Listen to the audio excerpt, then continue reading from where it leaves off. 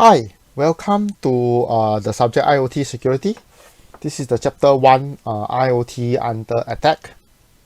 Okay, so today we're going to cover basically the very first part of this subject on IoT security. Okay, before we start, right, all this training in cybersecurity, it is important that you understand that we cover quite a lot of things on cybersecurity. Okay, end of the day. Okay, for cybersecurity, it is important that the whatever we cover include things, for example, hacking. Okay, basically is to circumvent data privacy, computer, and network security. So, hacking, yeah, but then the thing is, what we are doing is we are doing ethical hacking. What does it mean? Basically we are doing it at a safe environment or at a sandbox environment that doesn't harm anyone. End of the day, it only can be done at an ethical manner. Okay, it's an enclosed manner. End of the day. Okay, so please do not use whatever skill that you use for any unauthorized access. Okay, because any unauthorized access, okay, on this data, computer, or computer network, it is a crime. Okay, it is a crime in Singapore. Okay, and it will be accompanied by a lot of consequences, severe consequences. Okay, very important. It may lead to jail time. Okay, over here is so regardless of perpetrator motivation. Okay, you can say whatever that you want, but when you're in a court of law, it is useless end of the day. So do not use this for any unauthorized access. Be responsible what you are using it for. Okay, end of the day, whatever we're covering is important that you understand this. End of the day. Okay, both the Cisco and TP will not take any consequences. If you're using it for any unauthorized access, that's the most important thing for this material that we're going to go through. Okay, next, so that's the most important thing, to take very care of that portion. Next, we will cover kind of the objective on section of this particular subject. Okay, IoT basically will focus on these two items. Item 1 basically is 1.1, explain the need for IoT security in several IoT environment. And second, we will look at the various risks that uses IoT. End of the day, okay, because IoT nowadays is used a lot. IoT, okay, end of the day stand for Internet of Things. Okay, Internet of Things. Okay, so we will cover what it is now. Okay, so what do you mean by Internet of Things? End of the day, so many things are Internet of Things. Example, okay, your smartphone, your laptop, your tablet, right? And even certain things such as whatever you wear as an equipment device for your fitness, right? Such as a watch, smartwatch, gaming console, some of the things that such as a thermostat that allows you to do some form of control, and even some features. Okay, so we are going to cover we're going to see a video of this, exactly what do we mean by Internet of Things, right? By some of the industry player out there. So let's take a look.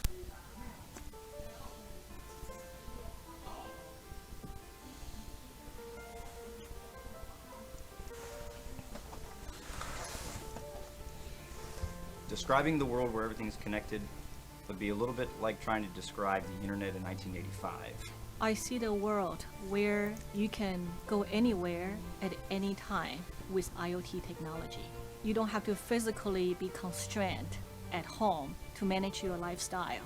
One of the LG refrigerator door is equipped with the WebOS digital display. We're able to allow consumer to even place orders from Amazon Shopping or listen to music. So through the constant innovation, we have opportunity to stitch that information together and predict your needs and predict the information that you might be searching for. This is how LG is able to redefine the boundary of IoT. I see one day all the buildings in the world are connected together. All the infrastructure, your homes, your work, your businesses. As a developer of hotels, we use technology to create a very unique experience. You can save all the customization that a guest will do. Remember what light settings they like, what channels they frequently watch. So next time that guest checks into our hotel room, we can offer the exact same preferences that they made on their previous visit. This is where I think the value proposition is of IoT. With connected lighting technologies, we're able to help someone better understand exactly how their space is being used, what's occupied, what's not occupied, and help them, improve that efficiency. The upfront capital cost is going to go down dramatically, which will enable more customers, more people, and more markets around the world to better fit what their use cases are for the future. In terms of the payments, today is the era of connected cars. 5 to 7 years down the line, connected cars will be another area where we'll be removing frictions from the fuel payments or drive-through payments. As the world becomes truly connected, we're talking about over 80 billion devices connected in the next 10 years. Everybody's making great products out there, but standalone, they're fine products. They need to all come together. It isn't just things talking to each other, it's people talking to each other, it's people talking to new customers, and companies talking to each other, that all of these connections are created by IoT. We are seeing changes in certain segments of our daily life using technology, but I think we haven't scratched the surface yet.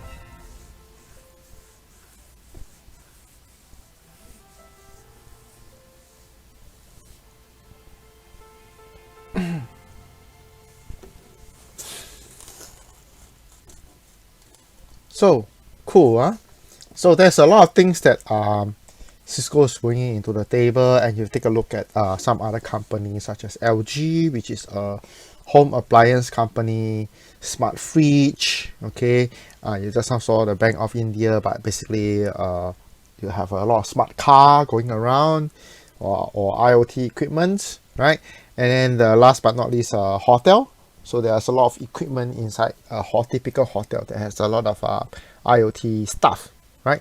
So we've mentioned, right? Part of the video mentioned there may be up to 80 billion IoT equipment. It is more than that now. I think easily more than that now, right? At the point of the creation of this video. So there are lots and lots and lots of equipment out there which is interconnected, which is connected to the internet end of the day. So but with that, we also bring in a separate item altogether, because there are more and more items that's connected that has never done before history of mankind. Okay, so that actually if you look closely, has expanded the opportunity for people, the bad people, to work against our network. Okay, IoT equipment, they are not as good as typical IT equipment. They are easily compromised, can be hacked easier than typical compared to IT equipment. And IoT device, because they lack of some of the protection that's compared to a typical IT system, because they are more constrained, right? So they are lack of critical device protection, right? So let's take a look at what are the next video on possible of what is the autonomy, right? How does the IoT attack end of the day would look like end of the day. Okay, let's take a look. The race is on to get a fully self-driving car to market. Autonomous car company Opticon promises a Cars that drive themselves. Opticon's new cars. Joining conference now. Destroyed data and deleted the backups. We can recover most of it, but some of the research may be gone for good. According to the forensics, they may have had access to the blueprints. The FBI arrested a Sandhead in connection with last month's Opticon. Hey Brian, can I get you anything? Coffee or a soda or something? No. Okay, this guy in the orange, he's a suspect. Now the FBI is questioning him for something. Okay, so he's a suspect now. So there is a basically a interview with the suspect on the process.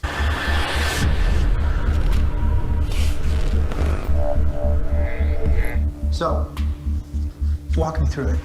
step by step. Well, I took over the website to a bowling alley. Brian, this is not a joke.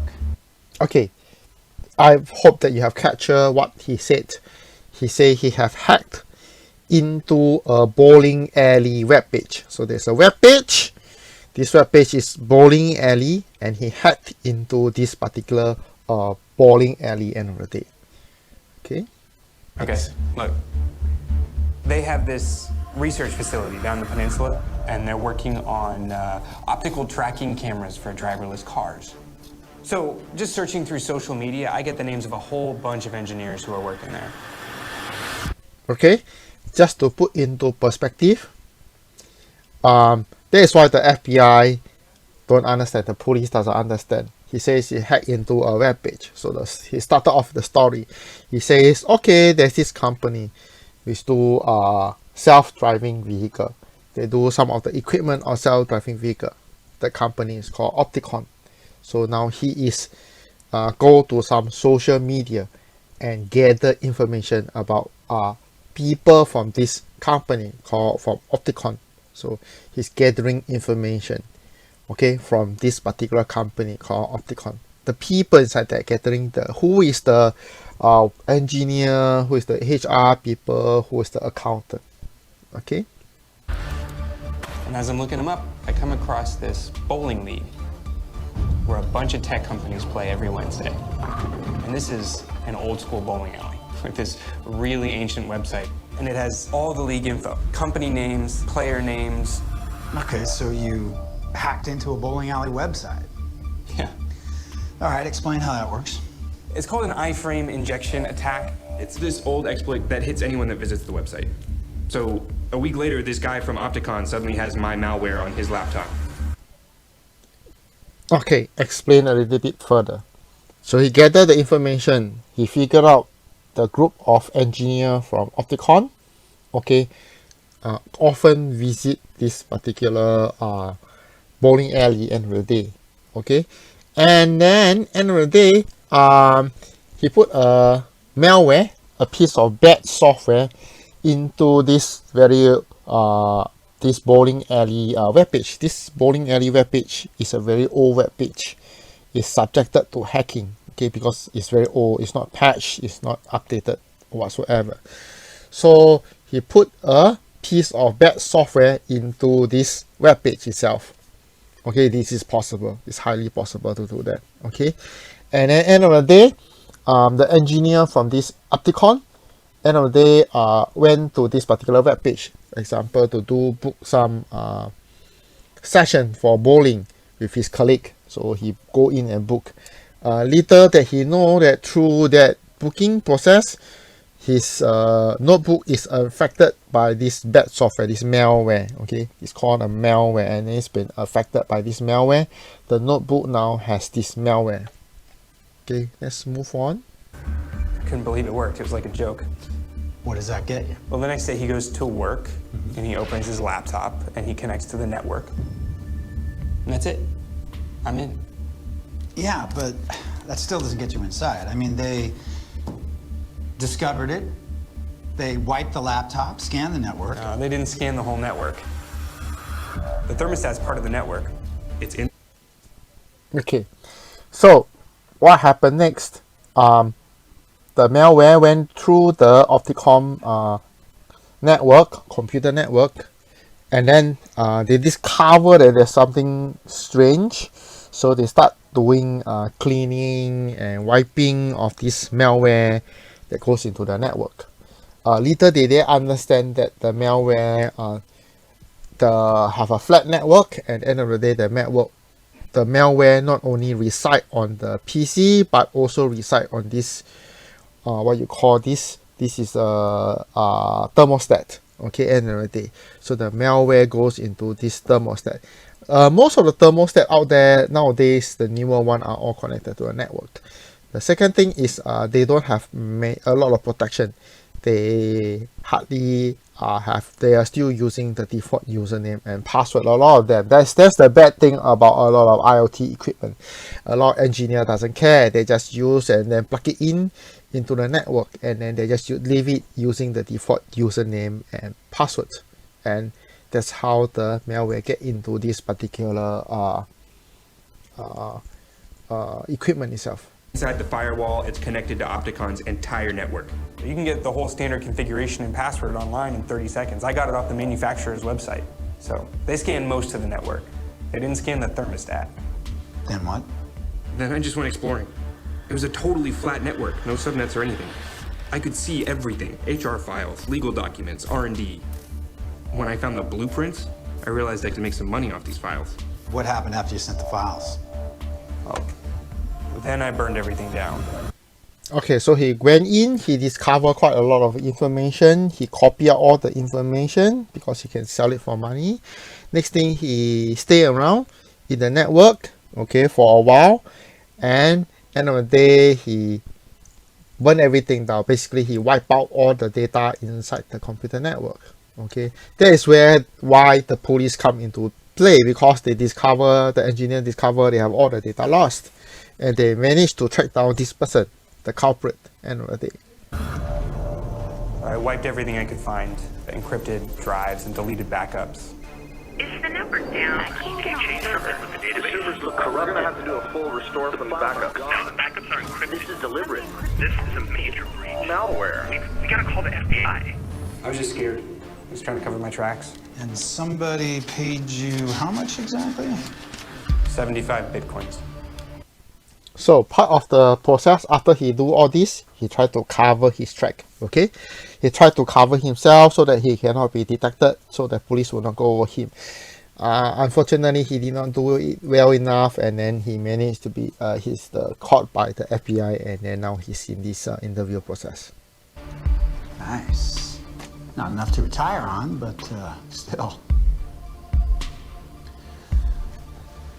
All right, Brian Page. Are you sure you don't know who paid you? European automaker Q-Car has beaten Opticon to market with their QX sedan, the world's first self-driving car. Opticon shares tumbled 11%.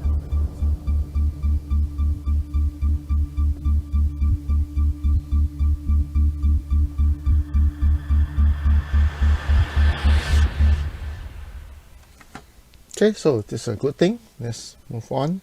Next. Okay, so what are the steps taken by the threat actor in the video itself? So this is all these steps, right? So let's take a look at the answer then. Okay, so these are the steps. Step 1, he's trying to gather information. Step 2, he scanned for vulnerability for the web page. This goes to the web page itself. Step 3, he delivered the attack. Okay, this is to put into the basically, so he scanned for a vulnerability weaknesses in the web page. Okay, and then when he delivered the attack, he put a malware into the web page, right? And after he put the malware, somehow or other the person logged in, and then the malware moved into the laptop, right? Then after that, the laptop goes into the thermostat. Okay, so that's the process. Number 4, gain access to the network. Okay, he gained access to the network, and then he maintained access. Okay, he pull out all the whatever he gained access as he pull out all the download all whatever is valuable, the data, and at the end of the day he maintained access, and last but not least he delete the evidence. So this is the whole entire process he did for the whole entire process inside that video what you saw, right?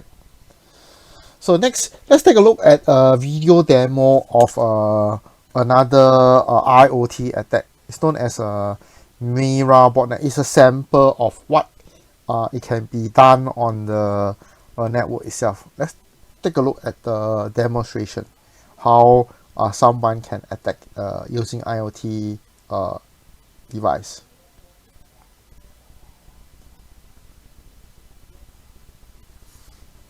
In this demonstration, I'm going to launch a distributed denial of service or DDoS attack against a web server. I'm going to do it using the Mirai botnet. The Mirai botnet was a DDoS attack that targeted Internet of Things devices, devices that had IP addresses on the internet that were not traditional computers or servers. They were things like web cameras or printers or routers, any type of device that had an IP address that used a default word like admin. Now, in this DDoS attack, I'm going to use a safe version of the Mirai botnet. Now, it's safe because it's not really spreading malware and exploiting machines. The scripts that were written were designed to work in a controlled lab environment or classroom environment. So I've called this the Safe Mirai Botnet DDoS attack. Now, how it's going to work is I'm at my PC and I'm connected to a switch, and I have Raspberry Pis also connected to the switch. We're going to use a Raspberry Pi for the target web server, as well as 4 Raspberry Pi nodes that will make up the botnet. Now, this botnet will be controlled by the attacking device, which is also a Raspberry Pi. Now, the attacking device will have a web browser-based interface running a Node.js server. And you can see it right here. I have an SSH PuTTY connection to the attacker Raspberry Pi, and I've started the Node server. So you can see here I've got this server interface. Now, all of the other devices, these other nodes, are also Raspberry Pis. So let's take a look now. If I open up my browser, if you want to know what this looks like in my lab, I have a photograph of it, and you can see here that I have 6 Raspberry Pis. This is the attacker Pi. This is the target web server, and these are the 4 nodes. They're all connected to a switch, and then this blue cable runs to my Windows 10 PC. So the attacking Raspberry Pi has started. So what I can do is open up my web browser and look at the browser-based interface, and you can see here it is, the Safe Mirai control panel web browser interface, and I'll start a scan and scan the network to see if there are some vulnerable nodes, which in this case are those Raspberry Pi node machines, and we'll see if it can find those nodes and log into the nodes because they're using a default username and password of admin. The attacking Raspberry Pi has found some machines. It's found 1.5, 1.6, looks here like it's found added node 1.4, and we should see some nodes get added shortly. You can see it's added node 1.4, it found node 1.6, it found node 1.7, and I'll stop the scan and start it one more time to see if we can find host 5 as well. There's host 5. Okay, it added 1.5 to the list. So now I'll stop the scan, and there are the 4 nodes with default username admin and password admin, and you can see that it's targeting port 23, which is a telnet server. The target web server is right here. You can see it here. It's running a simple Python web server. And I'm also going to open up a second PuTTY connection to this web server, to the target, and run a TCP dump so we can see packets being captured. So I'm going to run this TCP dump here, and then I'll put in the IP address of the target web server. And the port number, which happens to be 8000, that it's the web server is running on, and we're going to send 1 million packets to it. Now, the web server's web page looks like this web page with a graphic here about the Internet of Things, and in Firefox I'm going to open up a fresh window, delete this, and what I'll do is I'll clean out my cache, and we'll see how long it takes for, once the attack is started, for the server to respond. So here we go, we've got a fresh window here. Okay, and I'll put this in. We're going to see how long does it take to bring up the web page once the attack starts. Okay, so to launch the attack, I just click Attack. And you can see it's sending information to the nodes, telling the nodes to start a DDoS attack. You can see over here that it's being bombarded. 1.4, 1.5, 1.7 are sending packets to it. And now we'll see if we can bring up the web page. You can see that the web page came up, but it's missing the image. Oh, finally, here comes the image. See, it's having a hard time loading the web page in what should have been instantaneous. You can see it's having a hard time loading this large image file because the server is being bombarded. You can see it's taking some time. And if I opened up a fresh browser and tried to bring it up, you can see it's having a hard time responding and loading the image. Here we can see the SYN packets, the three-way handshakes trying to be finished here from host 1.6 to 1.8 on port 8000. You can see it's having a hard time replying. Notice how long it's taking. So it looks like the attack worked and the server has been crippled and can't load the full web page because of the millions of packets being sent from the 4 separate Raspberry Pis. Even though the attack is stopped, the TCP timers cause the server to use resources to keep tabs on all the half-open SYN connections that haven't timed out yet. Now, the Mirai botnet was created by some 20-year-olds who were, their original intention was to launch DDoS attacks against a Minecraft server. However, they ended up using it for more nefarious purposes and even released their code to the wild, and people started launching, and this is in 2016, DDoS attacks against a major DNS service provider, a well-known university, and a country's internet infrastructure. Those companies that were affected were not able to maintain availability to their customers and created a situation of huge financial losses. All right, looks like the attack is now over. Let's see if we can finally get that web page to come up. I'll try to shut down the attacking machine. I'll put look for the process that's running the master Python attacking server. Here it is at 20,160. I'll kill it.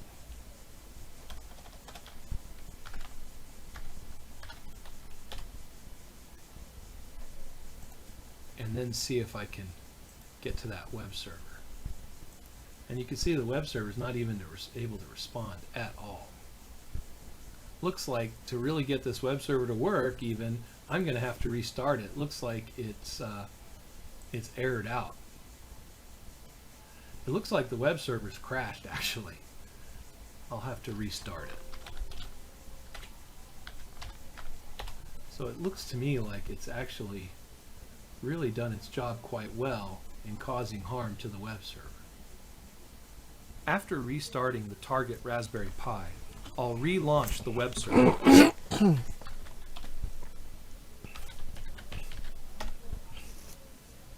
Now I can go back to my web browser and refresh the browser, and you can see that the target web server is back up and running. Okay, so that's the part that shows you how there's a possibility of attack, right? It's just an example of the attack. So this is more than the scenario, just the process of how another different kind of attack. The attack is known as a DDoS attack, distributed denial of service. Basically doesn't allow a web page to run properly, and distributed means that you have lots and lots and lots of computer sending a traffic to one server and cause the server not be able to function. It's just an example, you have a cashier, right? And you have everyone squeezed to that pressure. cashier, and then you want to do payment, and no one else wanted to do payment, cannot do the payment. So there's a queue, and it just cause the memory and the CPU to overload, and no one else try to actually doing the proper payment, cannot do the payment. There are too many people queuing at one particular location. Okay, let's move on to the next part. So these are lists of some of the possible IoT attack, okay, for the past few years, right? As early as 2008, there's a 14-year-old who used a TV control to derail and train and injured 12 people. Okay, so that's 2008. Then there's the famous Iran that there's a cyber weapon. Basically, it's a USB thumb drive that caused the nuclear power station not be able to run. Okay, and then just now, whatever has happened, the IoT botnet, it is a IP camera and take over the IP camera, and a lot of machine is not running for that. Okay, so these are one long list of IoT attack that actually has happened for the past years. This is just a selected one. There are more than whatever it is here. Okay. So next, we shall go into the next portion on terms of the subject itself. Let's look at some of the risks involved here in terms of the IoT. Right. Just now we cover some of the what are the IoT attack, and how do they look like. Okay. Next, we are going to look at there's a few things. First thing is let's look at the first thing. IT, right? That's the most things that you're familiar with. Basically, it's a computer. So your computer, your notebook, and all these things is IT basically. Okay, your device that may be inside your BYOD, your mobile phone. Okay, your laptop. Okay, and also tablet. Okay, all these are IT equipment. Then how about OT equipment? What is the OT equipment? Operational technology. They are mainly industrial control equipment, right? Basically meant for supervisory control, data acquisition, mainly for companies, for manufacturing sectors end of the day.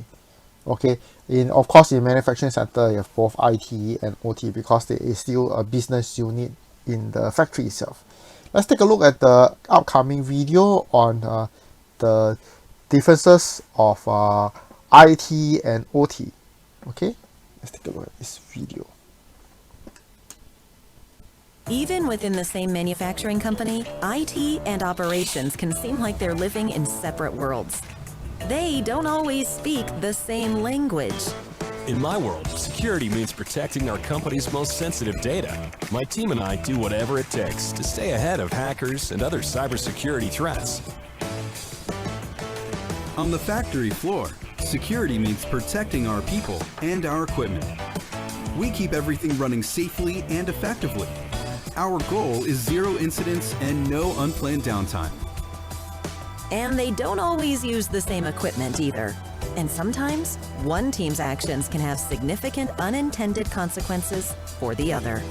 Hey there, I want to let you know that I need to run a quick patch in a few minutes. No. It might take the whole system down. We can't afford that downtime. But at Cisco, we're helping to tear down the wall between these two worlds. We're uniting IT and operations for transformative digital manufacturing initiatives. Together, they'll improve efficiency, security, and safety, and collect and analyze more useful data than ever before for improved operational effectiveness. Ultimately, changing manufacturing forever.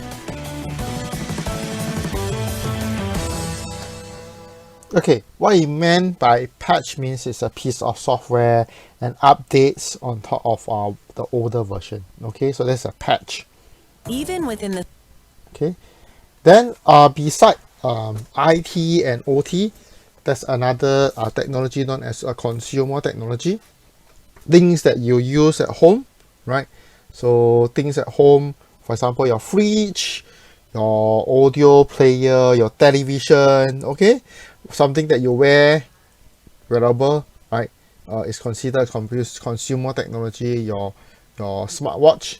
The more interesting one is a car today is also a consumer technology.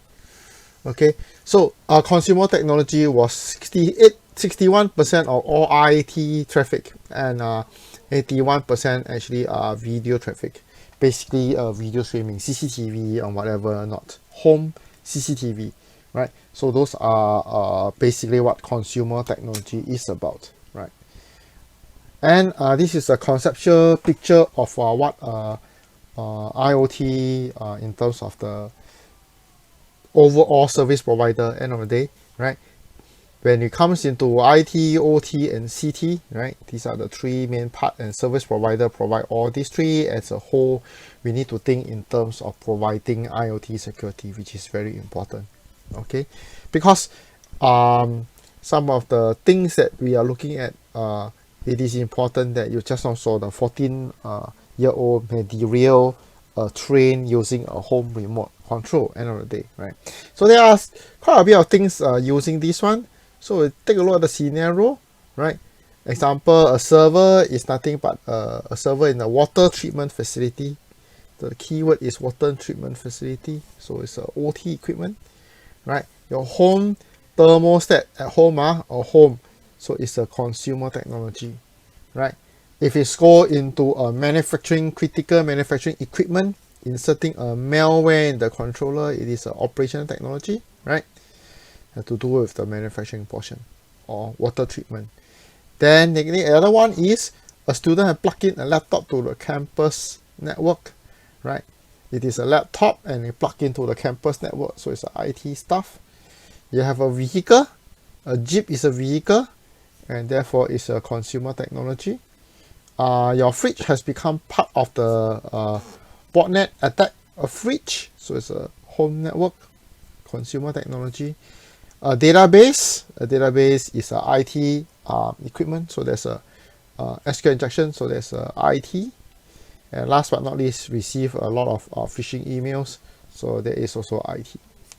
Okay, next we're going to cover the principle of least privileges. So what is principle of least privileges? It is a security principle end of the day. The end of the day, when you talk about a user or process, should be only given minimum privileges. Okay, because you don't want to give too much information, too much power to anyone for whatever someone is using. So only you only give the very minimum rights to whoever, whether it is a user or process, to perform its job. So at the end of the day, you have the what we call it, the minimum secure attack surfaces for a hacker to attack end of the day. So the privileges covered most of the time in computer terms is a read, write, and execute. This is the three main process that is involved. Okay, whatever you can read into it, what you can write and execute to it. Okay, next, let's move on. So in Singapore, there's a computer law, the computer law known as Singapore Computer Misuse Act 2017. It is a law that make use of that talks about regulate about computer systems in Singapore. Okay, the whole point of this law, more a lot of time, is it cover the principle of least privileges as a fundamental principle within its provision. So minimum read write access. So it is an offense. It is offense to access any computer material without authorization. Okay, and as we mentioned just at the beginning, right? It is in Singapore law. If you it basically if you become a criminal if you actually cause any interfering or any damages to any computer material without any authorization end of the day. Okay, so exactly what it is.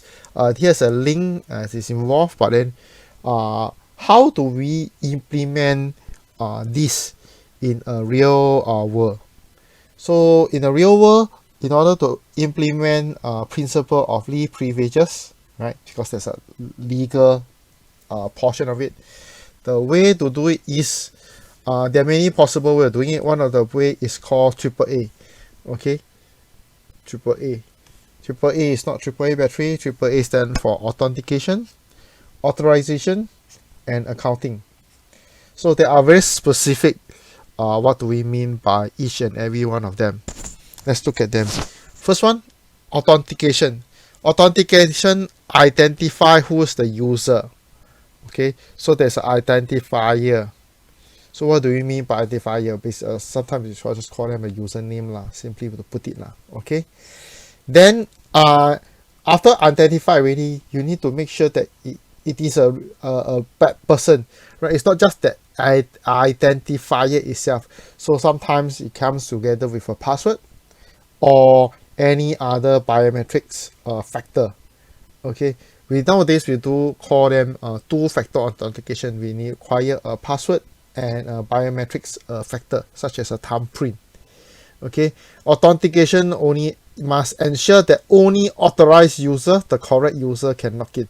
So you need to have some way to identify the person. So you need to have some username, okay, plus a password. Sometimes we call them the credential, okay, the credit to be able to gain access to a computer system or network. Next, authorization. Okay, that's the second part. Okay, what does it do? It checks once a user has been authenticated. Once a user has been authenticated, basically the correct username and password, then they will check what is their privilege, right? Remember just now we mentioned the read, write, execute. Okay, so what are their privileges and the permission to ensure that they only can use that minimum stuff. Okay, sometimes we go a little bit further. We classify them under a group or a role. Okay, so a lot of times it's just a group. We call them the security group. Okay, this security group defines exactly that particular group of person, what it can do and what it cannot do. Okay, so therefore it grant or deny the access. So this is the access control. Sometimes we call them access control list. What are the list of things that a person can do and cannot do? Okay, last but not least, accounting. Accounting is a process that records, okay, after the person has logged in, okay, record and track all the activities a user or a process is doing on the network itself. Okay, it allows a lot of time, not just the administrator lah. Nowadays, actually by right, it's supposed to be the auditor to monitor the resource usage, track the user activities. Okay, more important thing is there should be a separation between administrator, admin, and an auditor. Okay, the key thing nowadays is auditor. Okay, because auditor allows to have a separation of power. So at the end of the day, even administrator, okay, when they log in, it will be tracked by a auditor. So at the end of the day, if administrator go bad, you can find out and then go and sue that administrator at the end of the day. Okay, so this is the safest security design for today. Of course, the information can be used for billing, auditing, and compliance purposes. Okay, so this is an overview of just what we went through in terms of the authentication, who's the person is, authorization, what kind of read-write access they have, and at the end of the day, the actual record itself. Okay, that's all. Okay, that's all for lecture 1. Thank you. Bye-bye.